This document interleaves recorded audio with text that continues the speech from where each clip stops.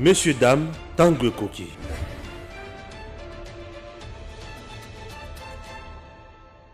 Nous sommes là à bord de Congo Airways. Chers compatriotes, Congo Airways, le léopard volant, fait toujours son travail. Et son travail, il y a même des Congolais qui ont X coin na Y coin. C'est par exemple Patrice Emery Lumumba, Azaki na Bruxelles, la Belgique, Congo Airways, compagnie Mboka ya Bana Congo, et qui n'a quitté na Belgique et juillet, et Zongisie na Congo, Bisika à Salamoussala. Cette entreprise n'est pas en faillite. Oui, cette entreprise doit vivre, doit fonctionner pour aider les Congolais. Sur le plan commercial, elle doit aussi remplir sa mission sociale pour que le pays soit à l'aise. Un pays doit avoir de l'eau qu'on aille. Congo Airways, sur le plan, il y a la frontière, sur le plan, il y a MIPP. À garantir souveraineté, il y a Congo. Alors, vous regardez vous-même, Congo Airways a plusieurs places. Vous sentez que c'est confortable, les gens sont à l'aise ici, peuvent voyager comme ils veulent, et bien servis, calmement, avec un personnel de qualité. Donc Congo Airways n'est pas en faillite, tout va bien. Alors nous demandons à l'autorité de faire convenablement son travail. Tanguy Koki tosola makamamboka, balobi bokonzi ya président Tshisekedi et comme na chasse à l'homme na famille Kabila. Ndelo kotiko komi kolobama, état de droit yango yo tonini. Tokolobela yango makambo ezebele. Mwana mboka bonjour. Bonjour Ndeko Stéphane Balamwangi, bonjour na bandeko nyonso ya Edem télévision officielle. Merci beaucoup. Nzambe a batela bango. Sango ezokende toujours kitoko musala oyo Edem azosala. Merci. Iska nyonso ba patriote congolais bazali Nzambe pe abomba bango. Et nazotombela mbotama elamu na petite sœur nanga Sandra en Allemagne. Donc une fille très très discrète. Wow. Abinanga biaya on publie photo tombela ka leki na yo. Abonne photo. Donc leki ona zalaka masoka yekin. OK. Sentiment ka longoleli yani moi basket moi tiche. Ah oui. Très très jolie fille. Na bateli leki na ngai ne longi po ba wela yete. Mbotama ela mo c'était hier donc Sandra de la paraton Yaya grand frère propre le pasteur Guili. Bisous bisous, que du bonheur, plein de bonnes choses dans ta vie et Nzambe a fongola encore ou etikali oyo moko yebi. Aujourd'hui 24 août mon grand frère propre Yandi Makivova donc depuis Belgique. Ah oui. Aux Otalagara donc Borsalino na moto donc joyeux anniversaire. Na lobi souka na guerrier combattant ya Tongo Noko. Donc compagnon de l'élite donc le chef de l'État. Ah OK. Voilà OK, donc OK. Yandi Makivova leki wana bosani yote Nzambe abatela yo mokolo malamu mbotama elamu ya malamu pe elanda yo. Très bien. Voilà donc papa Philippe Mata aussi wana Télémi lui est convalescent OK. très très grave. Nzambe asuma. Même Nzamba bikisi j'ai très bien héros déjà bakoza na Bujumbura na mama mbotama elamu Nzambe abatela yo. Très bien. Nazo maintenant na famille Kabila et puis na Fachi a pesi bana Congo mai ya komela. Le Rwanda somme. Mais famille Kabila, qu'est-ce qui ne va pas? Bokonja Félix c'est comme une chasse à l'homme. Boza pour ça bo benga na bango ce qu'on a Congo, boza contre bozui na bango, qu'est-ce qui se passe? Ndako te ezani. Papa Stéphane Balamwange, merci. OK. Na ebité soy bato bakanisaka état de droit tika bato bavanda kimia. OK. Est-ce que oyebi pe état de droit ezobimisa pe na ba innocent oyo baza na boloko. État de droit ezozongisa pe biloko ya bato babotola. Ah. État de droit ezozwa pe ba oyo fallait l'état yeba bango. Mais à cause ya ndengo basalelaka ya kombo ya pete ya makambo moye basimba yezate état de droit ye nakobetelo lisolo. Papa Stéphane Balamwange tovanda na mboko yo puisque lelo to confirmer pour l'état de mutakati. Toyoka tomona baboma lekinanga Rusichi Manga Mukendi. Ouais. Balobi capitaine Karim. Ouais. Mais lelo yo ebimaye. Mais ce que tala mboka yakala capitaine abomi mutu ba PCPT ya lokumu major. Mais état de droit et zongeli dossier wana bakangi yakei. Wana chasalon Ah ouais, c'est compliqué là. Kasi to sur la Nikonanga. Oui, c'est Est-ce que on compliqué. est au chasse à l'homme? Puisque ceux qui commis na kotoyo, bongo boy. Mais nanya zalaka na souci te na mboko yo, ya koyeba qui a tué aussi. T'es moutillon sans agina pour ça. Donc il y a aussi état de droit, il y a que déguerpir, bon, et comme chasse à l'homme. Ndako na ye, bureau na ye. Mais on n'en disconvient pas. Batiango les bandas et est-ce que vous pensez que l'État zabololé? Non. Papa Stéphane, ngana otovana na katamboko na Kinshasa toyeba te que CP a parti moka lokota ndako na Gombe. Toyoka wana, toyoka. Or ndako ezalaka désigné na ba président ya Assemblée nationale nde bakofanda wana moko kutu afandaka pe wana. Il écoute, tu as la table du président de l'Assemblée nationale. Tu n'as jamais posé ça. Si tu vas poser quelque chose avant de Toyoka, maman lobi que Toloko taka tokutaka le pan salité, bisoto bongisi. Au bongisi ayote? Il est bisanga. Si tu Rwanda, est-ce que c'est pas ce qui va tout? Non, moi je trouve que l'élo, tout si que l'État a sa musala naïe. L'État est à la kakate que choki et je n'engamba kulutu vital caméré ne justice au mabé. Choke ken ngambo ya Jean-Marc Kabound non bakanga ka député boyete. Mais lelo siko choki l'état na yebi que l'état na biso lelo samusa kitoko choki lelo lobi a fongola dossier sur la mort ya Marius Gangale et que ba coupable ba simba et comme ça salon le problème de sous choki lelo ba ba fongola dossier na mort ya Daniel Boteti Loleke et comme ça salon choki lelo toluki toyeba ba extorsion o e salama na mboko yo et comme ça salon mais papa Stéphane Balamwange pourquoi les loba to bakoko de sa famille Kabila na kati mais bango ba to azala qui en tête ya gouvernance à 18 ans ouais balibinda kwa l'état soyons sérieux to vanda awa to zala maréchal Mobutu excusez atika banda ku ya l'état ba betela biso de solo tout au long ya Gombe wana ba inaza. Ouais. On s'est rappelé. Mais Tolanda pe na télé tolobi lelo so tali banda kunyoso ya l'état oyo Mobutu atikaka lelo ça les shooter. Il y a un ministre ya habitat sur urbanisme. Koko Nyangi. Voilà, yo kutumto yeba quand même na bakombo. Na yebi o to yebi ba. To yebi bango. Siko lelo so ba lobi ba landela dossier wana. Chassalon. Dis-moi, papa Stéphane Balamwange. Ouais. Mboka nini ezanga justice. Or, Bible lobi na biso, c'est la justice qui élève une nation. Très bien. Bon, le lo se balobi bon, ndakuana, oyo ndeko azwa. L'État yebima, papa Stéphane, moi toi tout ça la rémission. Ba qui des droits ba fanda kama na télé ba talibo. Oh. Et loko passé Gelina Stéphane balobi ba jwa mbowapi. Ndele lo zo mona toujours garder ba réputation kitoko. Ezala yo, ezala bandeko Christian Bosembe, ezala bandeko Mitterrand ya, ezala ba pasteur Gili. Oko sala kaka moi depa ya makolo mutuka. La paix sur bonjour. Oko sala moi depa ya makolo nzamba pambola yo. Oko sala moi depa ya makolo mutazo pesa ombo talikofi. Donc abombi moi eloko na kati. Normal. Pona nini musala oyo tozo sala awa. Je me pose la question papa Stéphane. Batu nyonso toleka na bango na télé, est-ce que batambolaka? Kotambola makolo défendre totambola wana. Est-ce que ba yoka kapé rendement ya musala na bango oyo bazo sala na population? Na to ba komi okima déjà. Nous bazo kende déjà. Est-ce que bato amsu basala kango? Est-ce que ça tambola yoka? Voilà papa Stéphane. Donc totika l'état a sa musala yi. Kaka biso bato to fandaka pe to lobaka. Ah omoni. En tout cas poto ndima fachi bato na fo baboto la bango babiloko. Ah, batouana boye. Mais les lorsiko justice alobi bon nalandela. Oya bango baswa. Oya l'état ezonga. Oya mutu ezonga. Oya boye sala. Ndeko Balamwange to fandi yao. Dossier moke bimi na limité. Oyoka kiambo. Maman Denise azo menacer famille ya bato na ndako na bango. Wow. Nayoka sango le kambo. Ndeko moko ya journaliste akiti. Bato yo baza na kati ya likambo balobi to yobi na biso makambo te mais ndenge tozo yoka to confirmer te.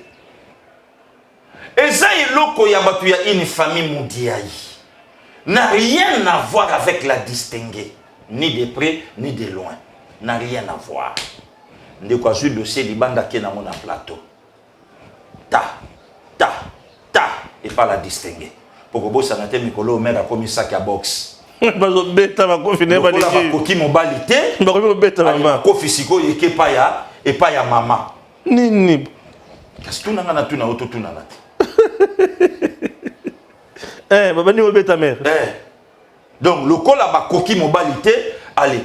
Ah! Maman Denise a zobo. Est-ce que lelo Maman Denise même na ndenge na ye ya kozala. Est-ce que il faut aboto la bato ngandako. Oyokate papa Stéphane Balamwangi. Maman Denise a joué na ba Rwandais 500 orphelins. Pose la question baza petit lelo. 500 orphelins oh ya ba Rwandais wana. Ya ba Rwandais na tikala koyeba bisika bakenda te. Maman Denise ayaka na bango awa. Na tikala ko mona ta mutu moko te. Bazala kawapi. Oyokate Maman Denise a senga mbongo na banque moko. Kolo banque wana pimela ye Maman Denise a bengana yao. Mama yo ko pimela nga la distinguer première dame mbongo. Maman Denise. Maman Denise. Na tikala koyoka mambo wana te. Oyokate Maman Denise ake na Dubai, ye moko Maman Denise ale plat biloko kolia valeur à $15,000. Azoli à la restaurant. Oyokate alia nini alia éléphant to alia girafe. Na yebite. Ou soit ibu, ou ibu mona na gate. Ibu mona na gate. Comprenez? Oui. Nyon sorana di n'importe quoi. Ouais. Ba monique est simbité. Ba kwei. Ba utiliser moninga mwasi lokola ye. Ba utiliser mama lokola ye. Yoka sikoyo ba versatile. Moto azol ba likambo ayebi nango te. Mama wana pa loba makambo. Na moto aza mama ya yambo, mama ya liboso na biso nyonso. Donc na ba grande sœur na ye ba mama Jeannette. Na mboka o baza bana epana ye. Bien sûr. Botande ba yaya. Ouais. Mais na mboka baza bana. Oyoki plus 32 moka komelinga na téléphone. Oyoki ndenge ba mama ba répondre bokonzi na bino. Ndenga a manquer respect na mama. Bloqué était. Oh, bonga na sala raché. Nga dépendant na Congo. Yo mo yebi musala. Non, bien sûr. Faut que bloquer. Nana bloquaka. Déjà. Ce gars m'ont tiré un message, moi je bloque. Déjà. Je passe. Déjà. Non attends qu'on répondre mon côté. côté. Là il peut na numéro à mokili mobimba na idemba mona niati. Comprenez? Donc il y a moni mabe ndenge mokonza mboka lobi mama wana. Mamoni yango malamu ndenge mama wana asakani na mokonzi na mwasi ya mokonzi. Dit n'importe quoi.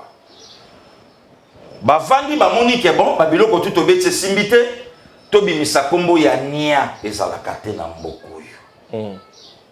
Papa Stéphane, omoni soko zoluka mutu na likambo eyebanaka. Soki pozo kosela pe mutu likambo eyebanaka. Na mboko bato bayebisi kombo ya cerveau Nyarkos te. Bien sûr. Donc Rwandais. Cerveau Nyarkos. Na komi na ngana ngiringiri. Toza na veni momebana na nia Nyangara. Mais bien sûr. Ezanango. Nyangara.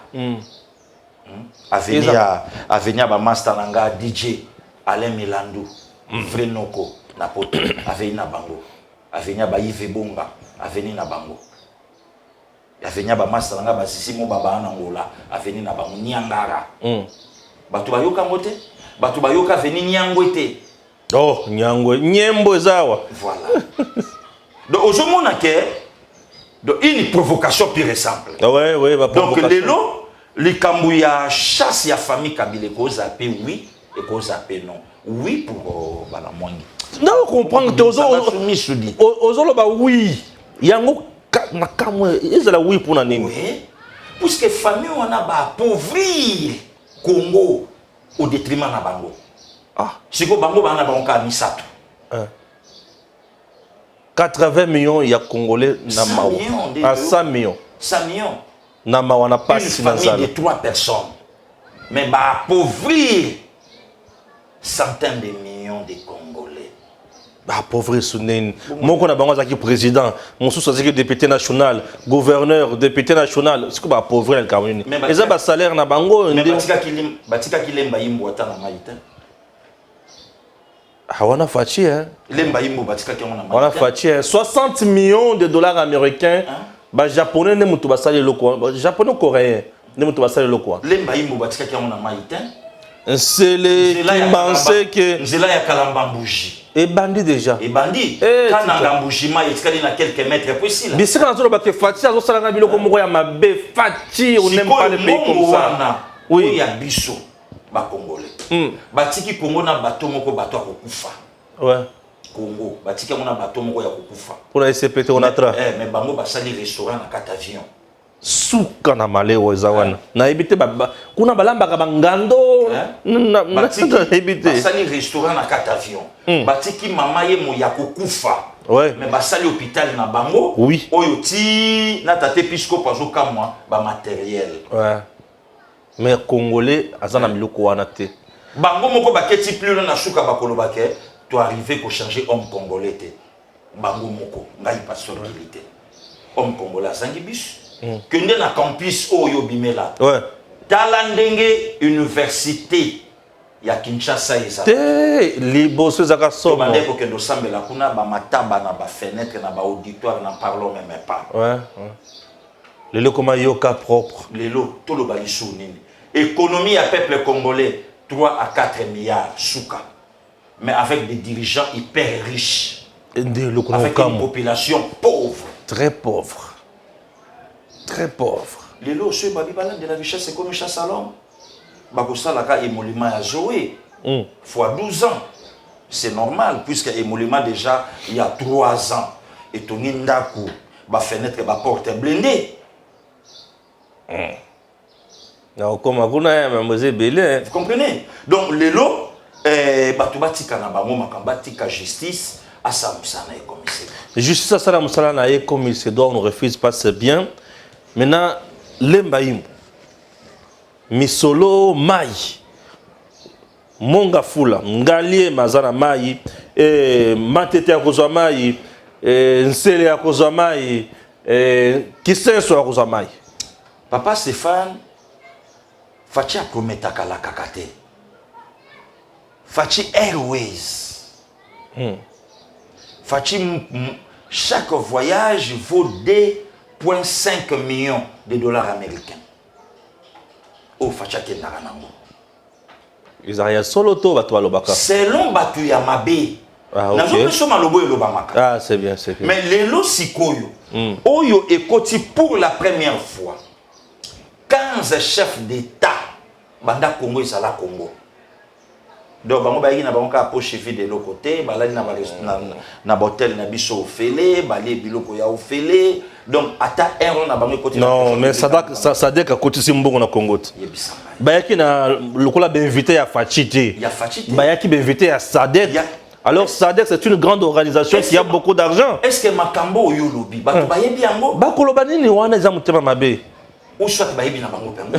Bien sûr. Sadek ne mutu a organisé makambo na Congo. N'a rien à voir avec les trésors. Non. Vous comprenez? Non. Bien sûr. Mais les lots tala, to fanda kabila ke atiki biso maïta atiki biso couranté. Mais tala un kinois, tala président congolais. Lemba imbo oyumeli tate. L'eau c'est la vie. Ouais. Bandeko ya likolo baso souffrir na mai ke biloko akolia. 3h 4h bazo ndeko bala mwenge na zo mitunda. Ti lelo oyambinga na plateau ya Edem. Social et à la canine, on a eu pas social à peuple congolais. Ah, social. On a évité. Social les ensembles n'est maï. Social les ensembles à gratuité à bana. Ok. Social les ensembles à courant. Ok. Courant on les en a social. Dans soins médicaux. Soins médicaux les en a social. Sécurité les en a social. Salaire comme a dit ça n'est pas wana. Ça fait partie. C'est les social. Ah bon. Biloko ezé belé yaya. Puisque na droit de l'homme na respecté wana eza social. Nyo zaka autour ya mutu. Na yebaka te, ya momoni na tuni yo, on a yebité. Oh, fati avandi si makambo ya. Na yebaka ka social ndenga passé gili mutu no na yebi. Ba pienga biloko na lié. Tote. Bon biloko olia sur les salaires te. Bonga na yebi mutu na ngai. Si masa se zobeta ma olia. Pona yo kaka ba to social a peuple congolais za bien te. Ngabi bon. Kufasoni kumona pasi kotuna nakene natuna mutu nanga bala mwange social ya peuple za la kandenge nini bon soki na ndenge oyo lobi et que babiloko nyonso na ça fait partie ya social à peuple. Bien sûr. C'est que ndenge le loto zabwe na 300 chefs de l'état social à peuple c'est à 75%. Ezaki toko na elengi moko à 75%. Bien sûr. Puisque na yo kaka musuba tusuba lobaka est-ce que tokolia nzela ben de kwana ebite nzela pe balia kayango. Nzela za kati social. Ça fait partie aussi à social. Bien sûr. Donc nzela pe balia kayango. Oui.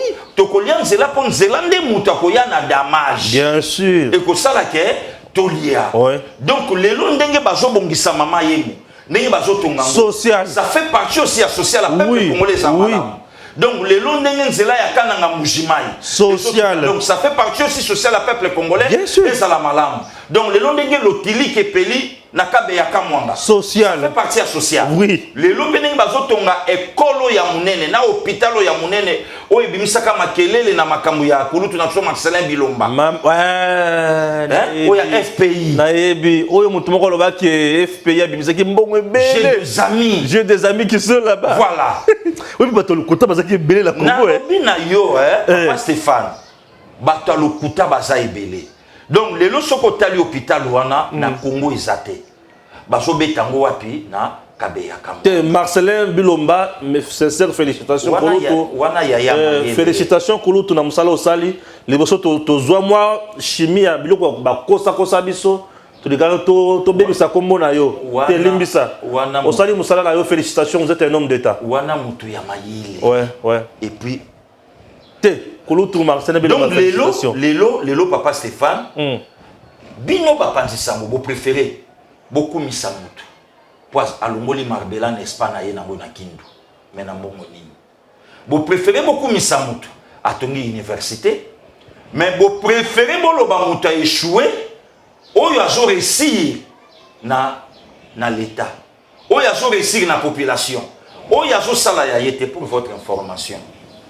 Ndenge na yoki na lobite keza bongo. Nini nazoboya mambo bakitema na ba mukamate leader yebelo kobimisa. Leader ta la photo. Yebelo kobimisa bakokata vidéo. Oyebi ke chef de l'état longwe na pavillon na Mama Denise. Ndenge na yoki. Balongwe na pavillon. Bakomi siko ndako bien. Bakoti sikoyo na palais présidentiel. Pour la première fois. Pour la première fois, banda Congo ezala Congo tolo ba malembe po l'état ba yokate ba zwangai. Pour la première fois. 3 ans et demi après. 3 ans et demi après. Fatia Lungo na pavillon. 62 ans après. Oui, puisque muto avandaka na ndako wana ezaka Kasavubu na Lumumba. Na Lumumba. Siko o ya 18 il y a 30 il y a 18 ans avant d'été. Il y a 32 ans. Il y a 4 ans peu avant d'été. Donc Fatia ya bongisi. De lo kwa si ba bengana ba boya ki yango déjà comment dire potopoto. Donc mon konzalongo na pavillon. Akese ko na ndako ebongi na bakonzi. Waouh. Félicitations. Oh, ils appellent social à mon col. Donc Tala Congo a chantier. Nanda koto vandaka. Il faut y répondre à la norme sociale. Oui, on a aménagement du territoire. Aménagement du territoire, ils ont dirigé na excellence Luandomboyo. Voilà. Ndako ya ndako, il faut répondre à la norme sociale. Même commune sur Baokatango, il faut répondre à la norme sociale.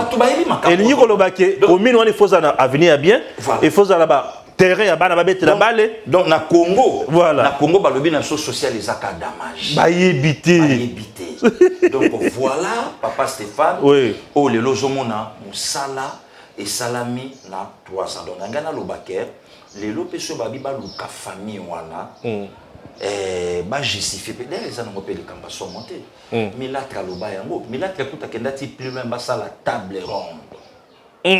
Il y a bozui ya bato na yo zwa bozui wapi le connaît aux quartier milatre mutaloba ce qui te bêti le connaît leader za quartier ya mona lobi milatre mutaloba table ronde milatre na boité ce qui te met le ko ba lobi ke bon ba meka baye ba bozui yango bozui yango comment pendant 18 ans ndenge na moni bozui richesse à plus que maréchal Mobutu à 32 ans.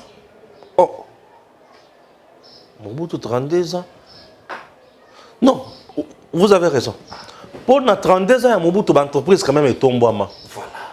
Na 32 ans, Mobutu bato afutama quand même malamu. Voilà. Je me souviens bato bana que nous abiloko na ba cantine et consort. Voilà. Na 32 ans, Mobutu j'ai quand même les quand même makasi. Makasi société. Mais ba ezaki quand même. Makasi. Oui, mais nyonso wana ekufa. Ekufa. Et puis même biloko oyo kufa ya l'état basala ya bango ba privé c'est que bango bazui koleka Mobutu mais yango parce na lobi c'est que bango bazui koleka Mobutu richesse à 18 ans et qui il y a 32 ans leader biloko so komaka avant le bango te so yakaka on dirait batouana ba sisé biso ba botoli biso bolenge bien sûr ba botoli biso destiné ba botola biso avenir Donc Congolais lelo azo toka na Angola. Congolais lelo azo péter ba plomb na Belgique. Azo sauter ba câble aux États-Unis. Moi beti abandi kufinga yo. Abandi kufinga yo na ba Waterloo. Donc ozomona manke no ba donner et commis ya kuganga ya somo. Donc lelo ce qui peut l'état lobi alandela et ça na mocha salomte. Ya na mocha salomte. Ah.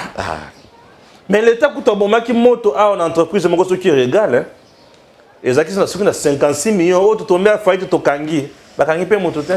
Mais 56 millions ya mbongo à l'état. Ba titre d'exonération ezalaki kokoti sa biloko ko bimisa ndenge balingaki. Voilà. Mais ce que l'état le biya ko alandra ko comment bazolandela mama e. Bazolandela mama e. Na ko lo bate. Donc voilà ndiko na Stéphane Balama. Social ba congolais fati avandisi yango. Iloko neti mai wana fati akotisi. Est-ce que vous voyez que mai wana ko pesa bato misala lemba im? Mais est-ce que Eloba Makate que même qui ça ma est comme passe? Oui. Bon, les loups sikoyo, au moni elo que je peux sanga plaisir et pas chef de l'État. Azo sala makambo ezalate banda Congo ezala Congo. Ouais. Nzele lengesa ezalate banda kin ezalaki.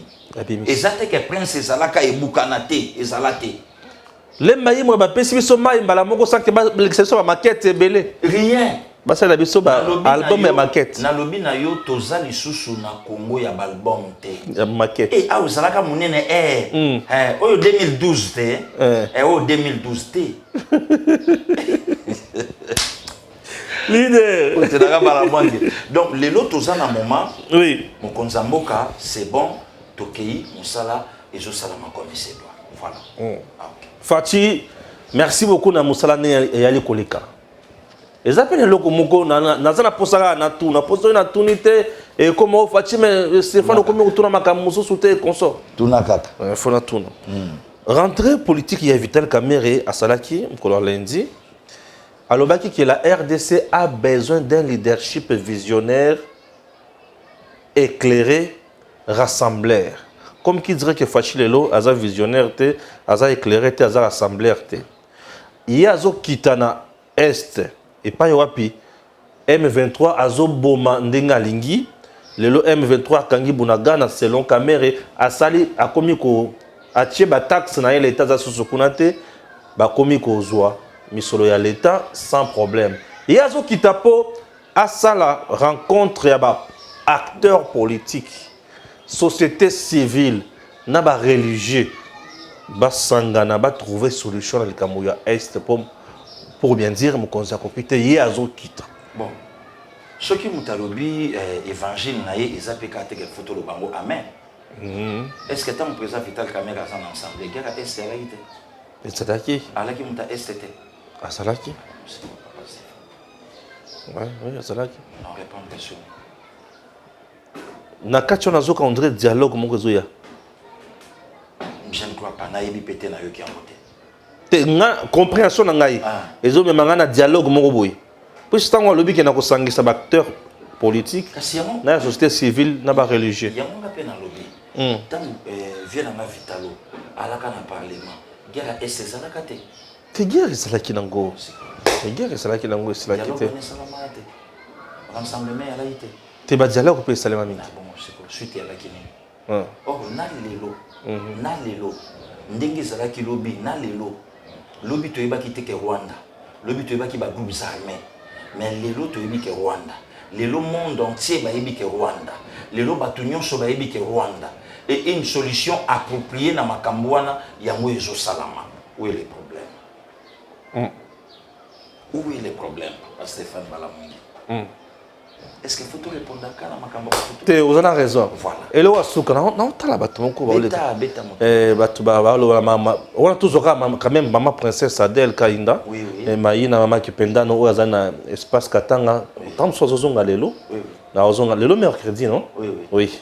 Excellent ça vous a lelo awa puisque nasuka sanza oyibi ke ngana zo ke descendo na yo. Oui. Toujours bouger. Mythe père vous wana. Oui, mouvement yali toujours kende Sandoa to koma pepa mama Fifi Masuka yeba ke abime maboko pembe hein. Oui na makamwa IGF. Oui azate. Abime maboko pembe et puis bravo aussi Lelo, il faut te continuer pour féliciter et pour remercier monsieur Gilles Lingete. ezala te banda Congo ezala Congo. Que police a misolo ezolanda. Pe lelo ba yi politique bato bazana kate bonga bazobanga kosimba ko babi ke gendarme anasima. Donc tu comme petit na Kolwezi non dans Lualaba bien sûr. Oui, tu komona pe maman Fifi Masuka tu kokutana na ye après to zona na biso Kinshasa. Il y a des gens qui traitent Maman Adel Kainda Maïna lokola moyibi na kati ya entreprise ya l'État. Ozo répondre à batona nini? Papa Stéphane Balamwange manque à dire, manque à faire. Ou soit populisme, ou soit tu le corps le batté, ou soit tu donc c'est une façon aussi tu changes de ta coco. Oh. Donc yo fini mutu muyibi obeta ezalo lien obeta coco. Parce qu'il façon obeta coco. Mais ba porte yo sabaya kana lo yenge modèle wana te. Il façon obeta coco pour formuler lamba na kota. Nalia. La banti valeur ya kofinga déjà. Oh bon yo bien moté. Yo éviter que lelo il y a un réseau. Il y a bande kono ba panzisa mo bazo fifre bongo. Oye bien moté. Do bango musala bango nza kofinga ko vilipande. Après bengi abomi au solicier. Oye bien moté. Ah. Est-ce que c'est le Congo pasteur Guili Moutasan c'était dans le bango? C'est qui bizali les baby? Bizali les baby? Est-ce que Ezanga pasteur Guili Moutasan c'était dans le bango? Dans le bâtiment. Psycho. Balo bakaza muyipi. Non. Le problème est ça que maman Adèle dérange. Ouais. Adèle Kaina dérange. Papa Stéphane Balamwange est mon vivant. Au moins le long de nous ça na bomoy. Tikana pesa kayo ne longi nanga o izape na kata motema nanga pona yo. Na zelate to zelate lo bingana la to la ya leader non. Ça c'est de l'hypocrisie. Très bien. Les loyo.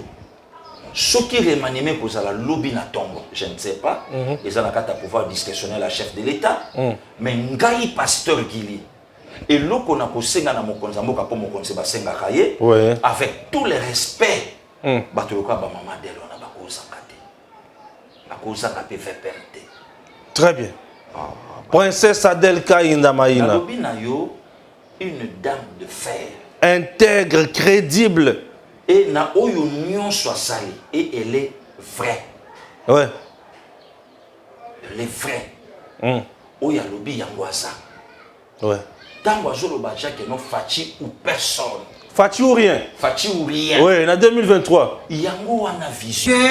En Jésus-Christ, nous sommes plus que vainqueurs. Dès qu'à nos vies en 2023. Chango à nos vies en 2023. Moamba nos vies en 2023. Lukunga nos vies en 2023. Funa nos vies en 2023. Aldeka nos vies en 2023.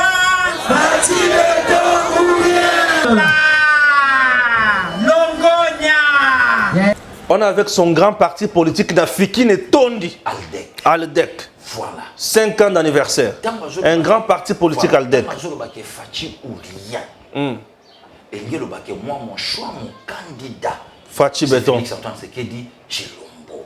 Bongo Fachi pe aye ko vanda boye. Mukolo papa Adèle akufa. Fachi aye les sous. Non, reconnaissance. Et le kwana boma. Papa Fachi aye les sous. Papa Stéphane. Est-ce que bato bakola na wana no mukie bon to commenter yango. Pas de problème. Fachi wana ina matanga ya papa Adèle. Sans plus tarder, le numéro 1 de la République démocratique du Congo, Félix Antoine Tshisekedi Tshilombo, aye au Tika Fololo. Suivez d'abord ce reportage et puis on se retrouve juste après.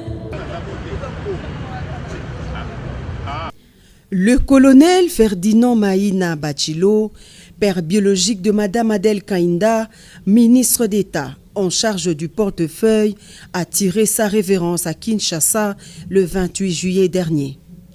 C'est ce mercredi que la famille de l'illustre disparu a organisé des obsèques dignes en la cathédrale du centenaire protestant. Toujours plus proche des siens, le chef de l'État Félix-Antoine Tshisekedi Tshilombo a personnellement fait le déplacement de ce lieu du culte pour honorer la mémoire de ce vaillant officier qui, durant toute sa vie, a servi la nation sous le drapeau. Le garant de la nation s'est incliné devant la dépouille. La princesse Adel Kainda, fille de l'illustre disparu, ministre du portefeuille visiblement abattu, a reçu la consolation du père de la nation. Un honneur pour la grande famille royale Oussengue qui exprime sa reconnaissance à l'endroit du président de la République. Au président de la République, je voudrais lui dire merci, lui exprimer beaucoup de reconnaissance du clan Oussengue, qui est notre clan royal, et de toute la communauté Tchokwe. Nous n'avons jamais été élevés en politique comme maintenant. Nous n'avons jamais eu de valeur comme maintenant. Les mots pour qualifier ça ne sont pas aisés à donner. Il nous a beaucoup élevés en dignité et puis en se déplaçant. Et je sais qu'ils ont de très bonnes relations, elle le considère beaucoup. Ça nous touche profondément. Plusieurs personnalités et membres du gouvernement étaient présents à ce culte d'action de grâce officié par le révérend André Bukondoa, représentant légal de l'Église du Christ au Congo. Le colonel Ferdinand Maïna Bichilo, retraité de l'armée congolaise, quitte la terre des vivants à l'âge de 77 ans. Oui, c'est bon. Balobaka, bisoto yuki amona kisasa, moninga malamu bayebaka ye na passe.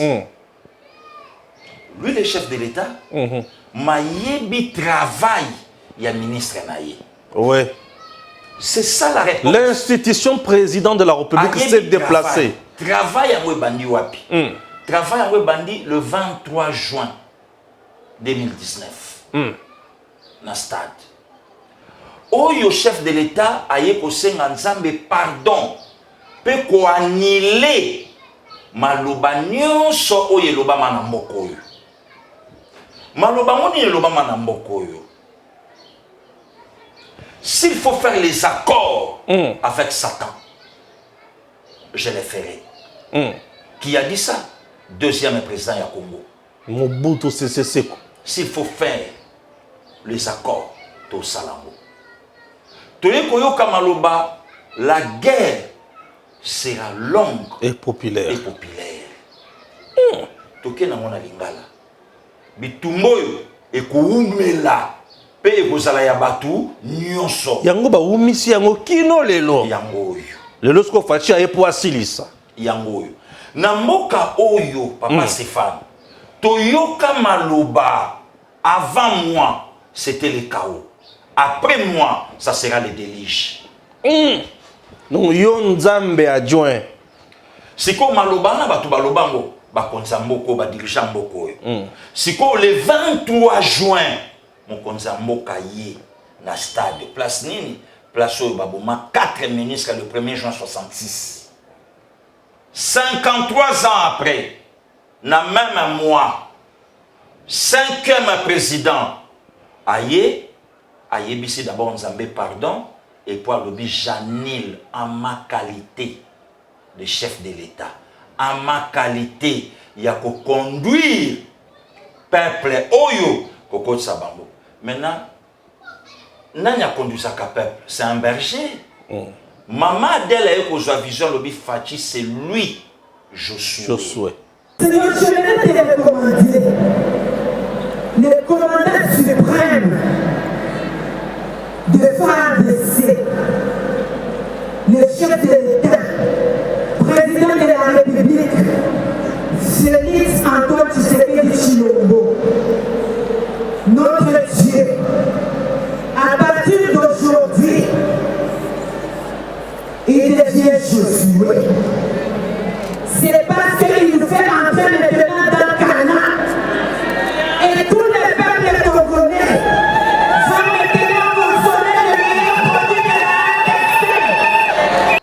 Mais le chef de l'État Lubango depuis le 23 juin a dû vision on a le 6 juin à Yenango la traversée mer traversée Makamuni Nongo traversée Obium Toana centenaire prière et salami le 6 juin répercussion yango wana est asuki wana te le 17 juillet na stade de martyr na stade de martyr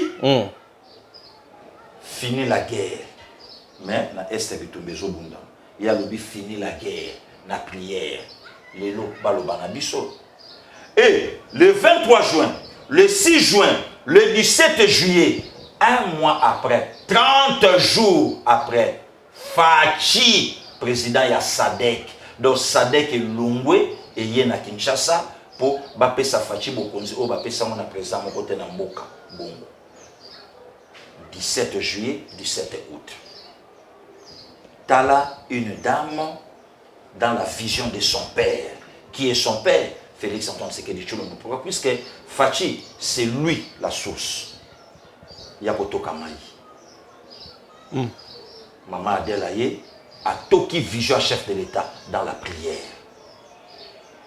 Prière, il y a le 17 juillet, répercussion le 17 août, Fachi Presa Sadek. Bref, les gens qui pensent que... Donc, les lots Moutaleki, la télévision, de Kolanga Balamwange, pour abeta ba armes non conventionnelles. Mais actuellement, il faut taper ba armes non conventionnelles au Gobeta. Au Gobeta, armes non conventionnelles et pas d'El Kaina Maïna. On met armes non conventionnelles, les lots, et pas Didier Boudimbo, le génie blanc, au bloc 25, et comme on le dit ça. Ouais, le solo bloc 25, ouais. Didier Boudimbo. Au Kobeta, les solo, il y a gratuité, les lots, et pas mettre Tony Mwamba Kazadi. Au Kobeta, les solo, il y a finance, il y a Mabel, les lots, est-ce que Nicolas Kazadi Azali? Au Kobeta, les solo, il y a budget 11 milliards, est-ce que Aimé, Bodji, Azali? Le solo y aménagement du territoire au Kobetango et pas Giluando. Le lot au Koloba Combo, il y a maman Gisèle Ndaya, Mabé, genre et famille. Non, papa Stéphane Balamwangi. Au moni, le lot, hein, topé ça, merci, n'a pas cerveau d'État, Jean-Pierre Liao. Au fonctionnaire, c'est là qui monte à sa patte et bout la phase. Le lot, il va comment mettre le solo fonctionnaire. Azana na bomo itina liwana ye misala na ye landa ye misala na ye landa ye mabe lelo ko beta li sola sonance mabe isika ya nanga lycée ko fazali sonance azaki na ba cinquantaine de mois impayement esprit de mort ezo kotakati kuna na kati ba cercueil ba mandalala lelo beta ngo mabe non Ndekonanga Balamwange batu photos à la respect à batu. Voilà pourquoi avec tout le respect je demande pardon na Mineta. Puisque na yoki alanda kabiso. Bien sûr. Oyo nyonso lobamaka na minoka ba panzi sango. On dirait to koyo pesa papa Alexis Tabomamba raison. Minable.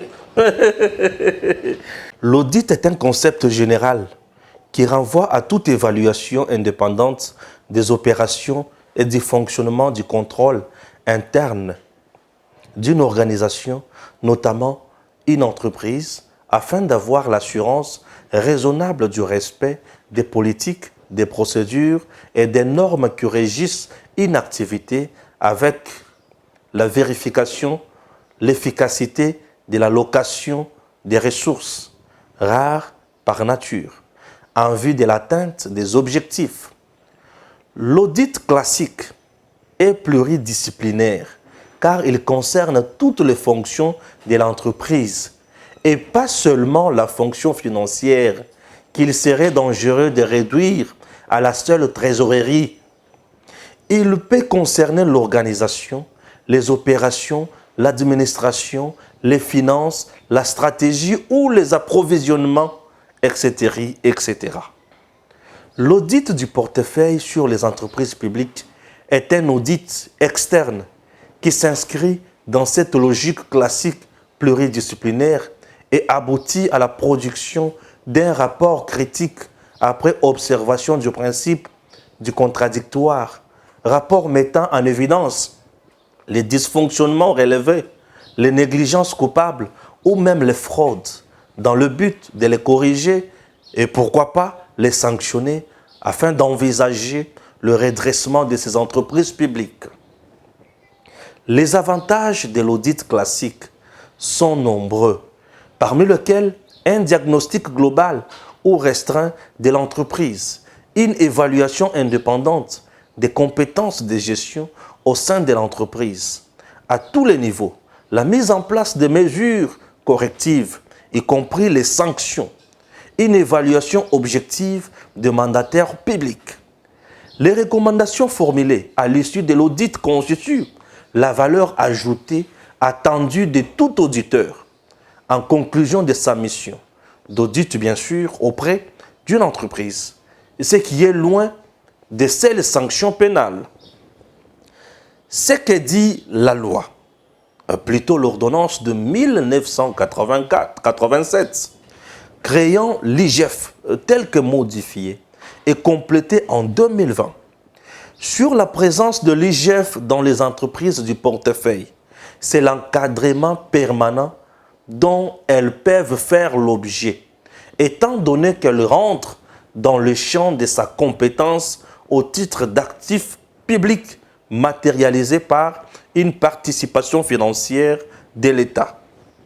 Cette présence quotidienne de l'IGF dans les entreprises publiques semble ainsi juridiquement justifiée, mais ne constitue pas moins une gêne pour le fonctionnement courant de l'entreprise, tout en constituant un obstacle à l'exercice de leurs attributions pour les autres organes de contrôle de l'État sur les entreprises publiques comme le CSP.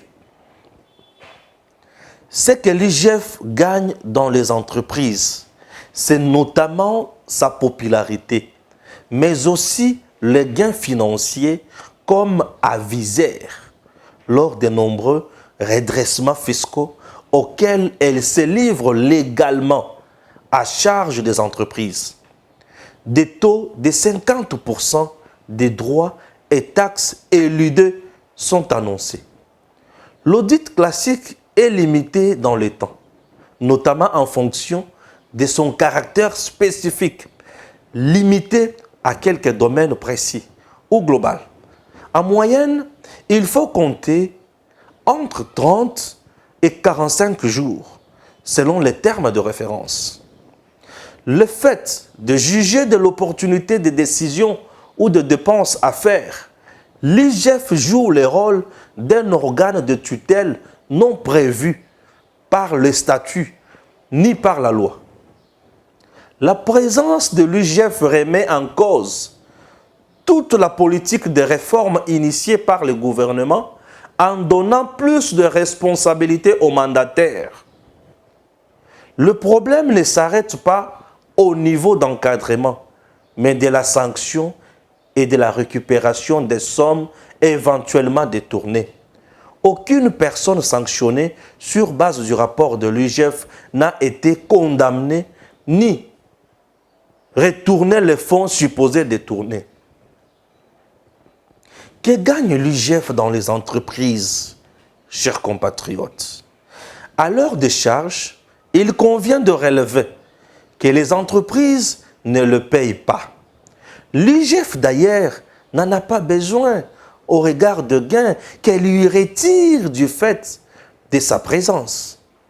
Elle cherche, à travers les documents, les fraudes aux taxes et autres impôts, car elle apparaîtra comme aviseur.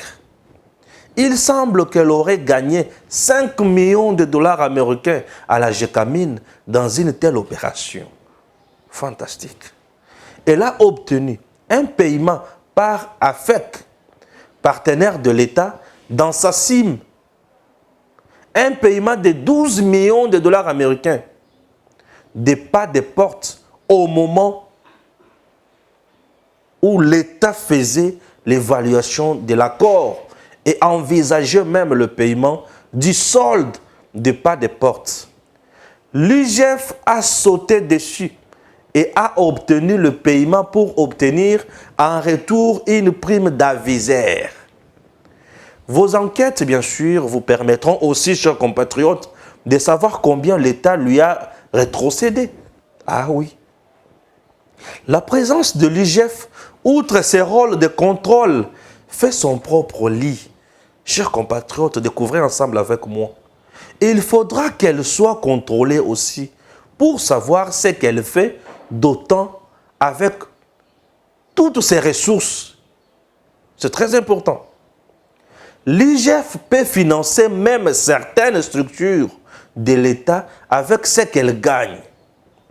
Il suffit de lire l'article 12 de l'ordonnance du 24 septembre 2020 pour s'en convaincre que c'est une institution qui amasse beaucoup d'argent. Si l'État veut être sérieux, il doit mettre des mandataires qui soient capables d'être motivés pour rentabiliser nos entreprises. Selon le principe de bonne gouvernance, les mandataires sont appréciés sur base de leurs résultats et non des injonctions politiques ni des attitudes à les infantiliser.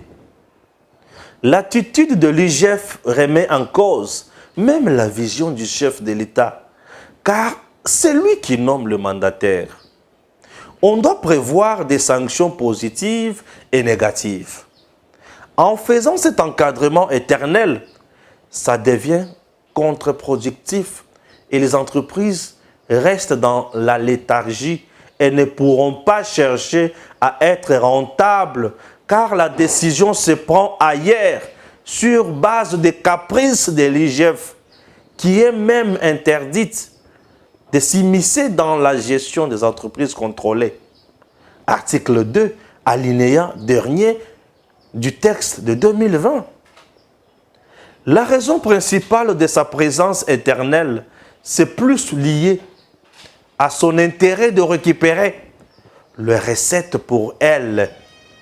Même la DGI se plaint, car l'IGF fait le contrôle au second degré et le redressement alors que ces contrôles étaient effectués par la DGI. Il faudra faire attention à ce que cette recherche effrénée des gains par l'IGF ne gêne pas à la longue la maximisation des recettes, car l'IGF aura cherché à maximiser les siennes d'abord. Messieurs, dames, Tanguy Koki.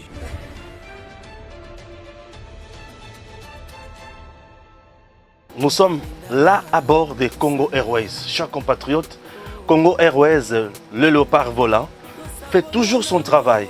Et son travail, c'est même les Congolais de X coin na Y coin. C'est par exemple Patrice Emery Lumumba, Azaki na Bruxelles, la Belgique, Congo Airways, compagnie ya mboka ya bana Congo, et qui n'a quitté na Belgique et juillet, et zongisie na Congo, bisika asala musala. Cette entreprise n'est pas en faillite. Oui, cette entreprise doit vivre, doit fonctionner pour aider les Congolais. Sur le plan commercial, elle doit aussi remplir sa mission sociale pour que le pays soit à l'aise. Un pays doit avoir biloko naye. Congo Airways, sur le plan de la frontière, sur le plan de MIPP, a garantir souveraineté, il y a Congo. Alors, vous regardez vous-même, Congo Airways a plusieurs places. Vous sentez que c'est confortable, les gens sont à l'aise ici, peuvent voyager comme ils veulent, et bien servis, calmement, avec un personnel de qualité. Donc, Congo Airways n'est pas en faillite, tout va bien. Alors, nous demandons à l'autorité de faire convenablement son travail.